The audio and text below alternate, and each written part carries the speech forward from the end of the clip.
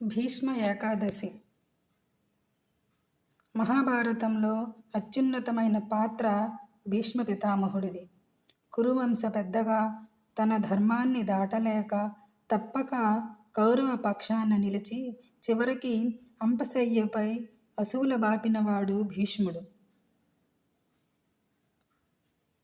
ఆయన గంగా సంతనుల పుత్రుడు. అసలు పేరు దేవపుత్రుడు.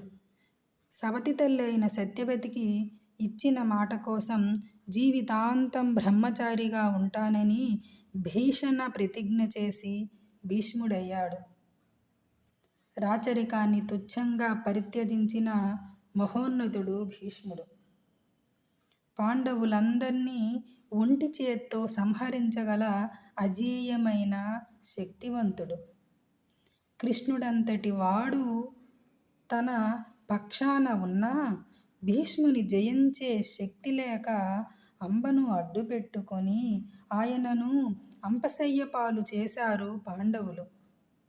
యుద్ధంలో రథసారథ్యం తప్ప ఆయుధాలు చేపట్టను అని ప్రతినబూనిన శ్రీకృష్ణుడు భీష్ముని ప్రతాపాన్ని తాళలేక ఉగ్రుడై రథచక్రాన్ని ఎత్తి భీష్మునిపైకి వచ్చాడు.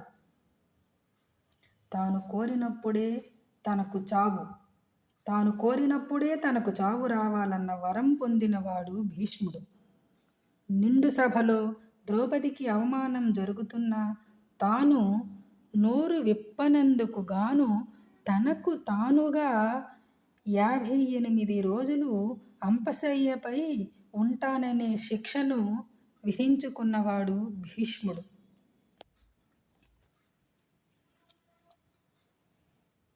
కురుక్షేత్ర యుద్ధ సమయంలో నిలువెల్లా గాయపడిన భీష్ముడు అంపశయ్య మీద ఉన్న సమయంలో ధర్మరాజుకు విష్ణు సహస్రనామాన్ని బోధించి అనంతరం స్వచ్ఛంద మరణమనే వరంతో విష్ణు సాముధ్యాన్ని పొందుతాడు. భీష్ముడు ఆయన భక్తికి మెచ్చిన కృష్ణ పరమాత్మ అష్టమి మొదలుకొని ద్వాదశి వరకు గల 5 రోజులు భీష్మ పంచకంగా ప్రసిద్ధికెక్కుతాయని, ముఖ్యంగా భీష్ముని మరణానంతరం వచ్చిన ఏకాదశినే భీష్మ ఏకాదశిగా, అది పరమ పవిత్రమైన రోజుగా ప్రసిద్ధికెక్కుతుందని వరమిచ్చాడు. ఈ భీష్మ ఏకాదశికే జయ ఏకాదశి అని కూడా పేరు ఉంది.